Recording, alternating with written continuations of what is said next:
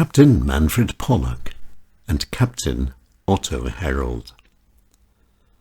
The following true story took place in Vienna in 1975. It was just before Christmas. Carlos and his gang of notorious terrorists had just stormed an OPEC meeting and were holding the world's leading oil ministers hostage. Vienna was shocked. People had been killed and an agreement had to be made. Lives were more important than principles, and so the terrorist demands were agreed to in full. And these demands included a message to be read out in French on the radio at 2 hourly intervals, and a plane to take the terrorists and their hostages out of the country.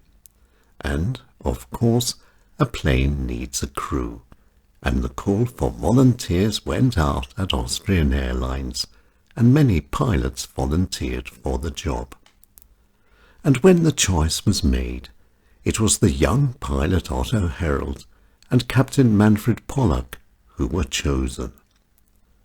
And so it was that on the morning of the 22nd of December, 1975, Otto Herold and Captain Manfred Pollock were sitting waiting and ready to go in their fully fueled Austrian Airlines DC-9.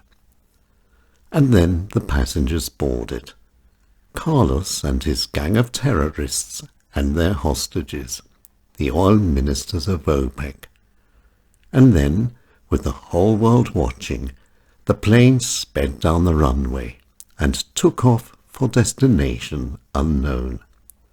And neither Otto Herold nor Captain Manfred Pollock knew if they would ever see Vienna again.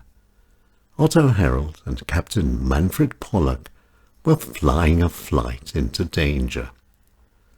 But everything went off okay, and the flight turned into a tour of Middle East capitals with a hostage release at each stop.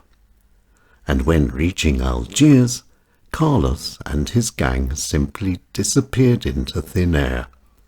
Otto Herold and Captain Manfred Pollock were alone in their plane. Their journey had ended, and before very long, Otto Herold and Captain Manfred Pollock were on their way home. Now, destination Vienna and Christmas. But there was one small story that Otto Herold never forgot. Otto Herold had volunteered to serve coffee, and everyone was happy. That is to say, everyone except one. One of the hostages, a very important oil minister, rudely rejected the offer of coffee and demanded instead a cup of hot tea. Otto Herold was unable to help, and the very important oil minister became even angrier.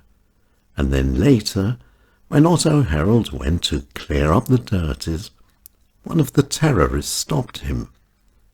Otto Herold was told to go back to the cockpit. The complaining and still very miserable, very important oil minister was ordered to clear up the dirties instead. There were to be no more passenger complaints for the rest of the flight. And 6 months later, Otto Herold and Captain Manfred Pollock were decorated for bravery by the Austrian president.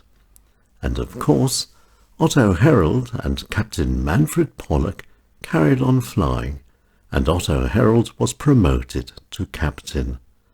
Life for these very brave men was up in the sky, and neither Captain Otto Herold nor Captain Manfred Pollock ever forgot their flight to destination unknown. Two very courageous men, Captain Otto Herold and Captain Manfred Pollock. They volunteered for a Christmas-time flight with a difference. A flight where the first officer served coffee and a hostage cleared up the dirties. Destination unknown. Captain Otto Herold and Captain Manfred Pollock.